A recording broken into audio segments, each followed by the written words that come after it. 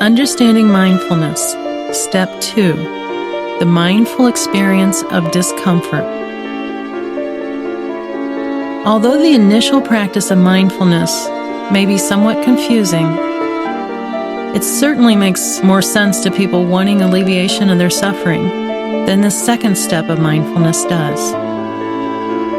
The second step involves learning how to be mindful in the face of unpleasantness, discomfort, and even crisis. I find this step even more difficult to explain when people haven't ever had the experience of mindfulness during an unpleasant event. However, many people may have experienced this aspect of mindfulness naturally. For instance, I have had numerous clients with anxiety disorders who have told me, "When I am in a real crisis, I am very calm and focused. I am able to take care of the situation.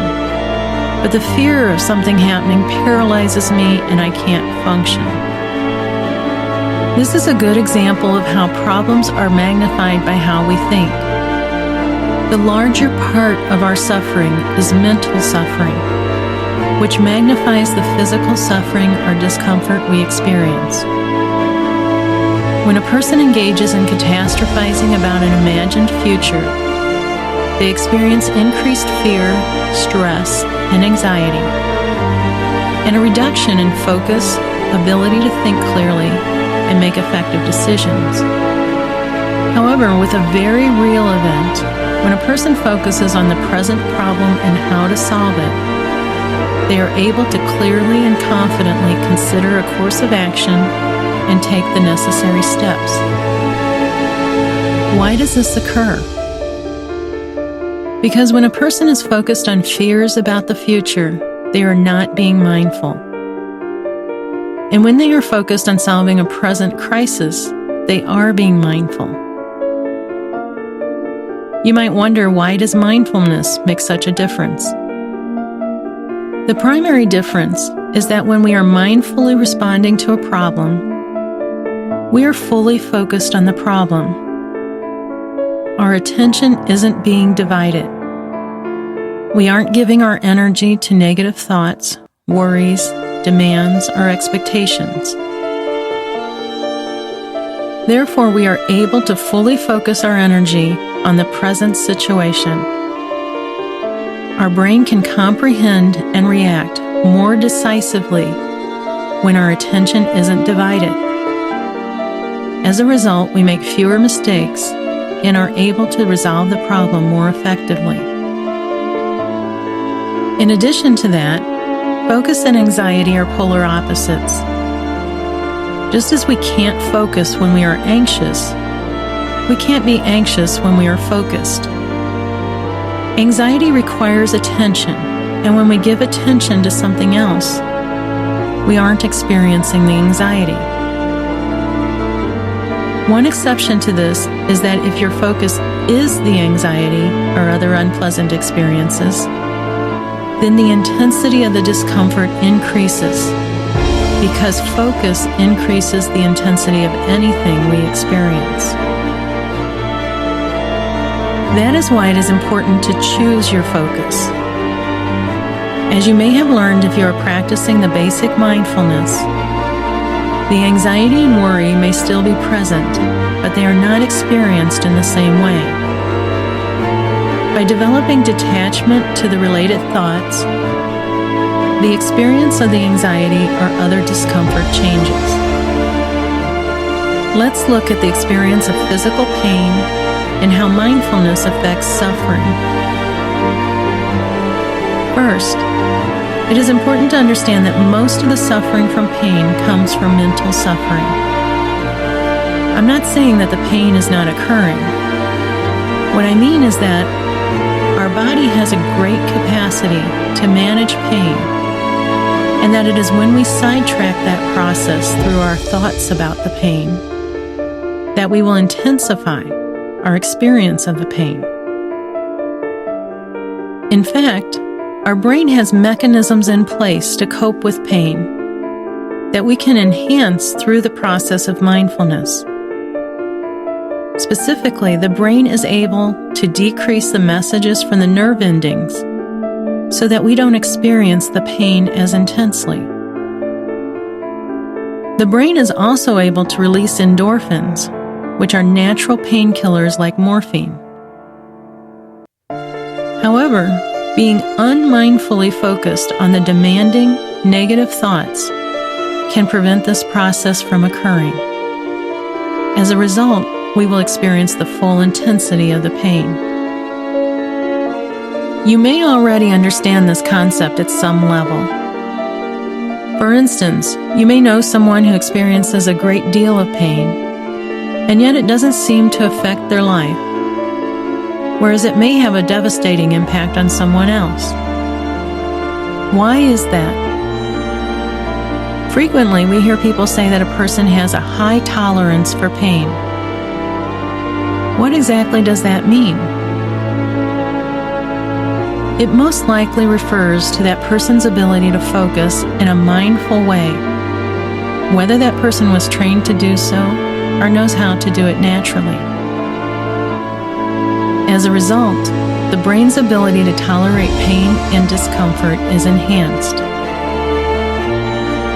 The good thing about the fact that some people can do this, and that it is based on their ability to engage mindfully, is that it means that most of us can learn to do the same thing. We just need to develop our mindful ability, which means we need to first understand how to identify and manage the mental suffering that is such a large component of the inability to tolerate pain and discomfort. What causes this mental suffering that intensifies pain, discomfort, and anxiety? The source of mental suffering is usually an attachment, also thought of as over-identifying with the discomfort or pain. We are capable of fully experiencing pain and yet not being consumed by it. It is the engagement with the pain that causes the greater suffering, not the pain itself.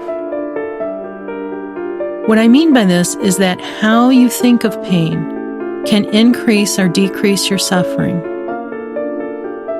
Hopefully, by now you have been practicing the basic mindfulness exercises and have some understanding of the experience of mindfulness. Otherwise, this concept of developing a tolerance for discomfort and even pain through mindfulness may seem unbelievable. In fact, an initial reaction to this idea is often, if I focus on my pain, it will only feel worse. How can a mindful focus help me tolerate pain? The answer to this question takes us back to an earlier concept I discussed in the first audio.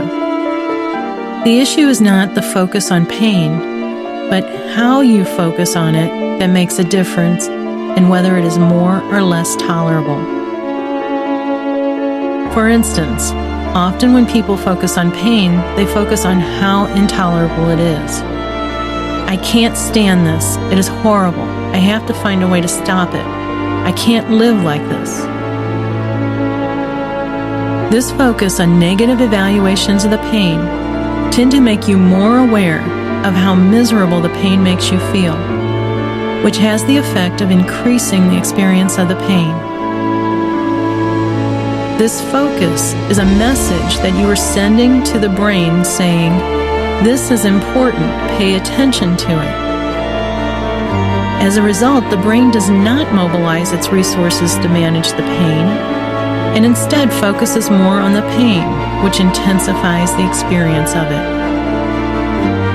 I am simplifying a very complex physical process here, but in effect, that is what occurs. Think of it this way. It is very natural to breathe. You don't have to think about it. Your brain does it automatically. However, you are capable of overriding that process by deliberately holding your breath. In effect, when you hold your breath, you are telling your brain to stop, an automatic procedure. That is similar to what occurs when you focus on pain or other discomfort. This process is what I mean by attachment or over-identifying with the pain. When a person sees the pain as the entirety of their life, it becomes their entire life, because that is the message they are giving their brain. Pay attention to this, it is important. If you have been practicing the basic mindfulness, by now you may be realizing how mindfulness affects this process. As I indicated in the first audio, the core of the basic mindfulness practice is learning how to refocus your attention when distracted by irrelevant, demanding, or negative thoughts. So basically, you are telling your brain, I understand that thought is there, but right now I am focused on this.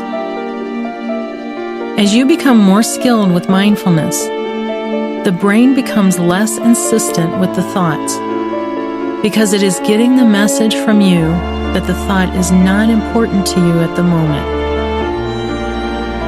As a result, mindfulness helps the brain to utilize its natural resources to cope with pain and discomfort. Instead of giving the brain the message to focus on the discomfort, mindfulness gives the message to focus on whatever the present focus may be. The brain then directs its resources to manage the discomfort so that you are able to engage fully in your present experience. The interesting thing about a mindful focus on something that is unpleasant is that it somehow changes the experience so that it is not so unpleasant. I can't explain how this occurs, only that it does. For instance, if you have an unpleasant task that causes you discomfort, and you are thinking about how much you dislike it and don't want to do it, you are likely to experience the full discomfort of that task. However, if instead you focus on the task itself, the process of doing it, you're likely to experience the task in a different way. You may not even experience it as an unpleasant task. Instead, it just is what it is. The concept of unpleasant is a mental one that is placed on the task by how you think about it. This is the core of detaching from an experience.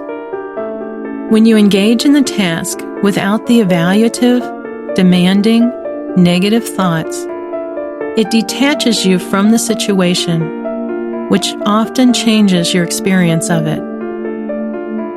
I know this can be difficult to understand initially. However, I would encourage you to practice the next step of mindful awareness during minor discomfort before trying to apply this concept to major problems or difficulties in your life. To aid you in this process, some of the mindfulness practice audios are focused on minor discomforts, such as being mindful with an itch, or when too hot or cold, or when fatiguing the muscles, or when engaging in an unpleasant task. Begin to add this type of mindfulness practice into your daily practice. Continue to practice the mindfulness 10 to 15 times daily.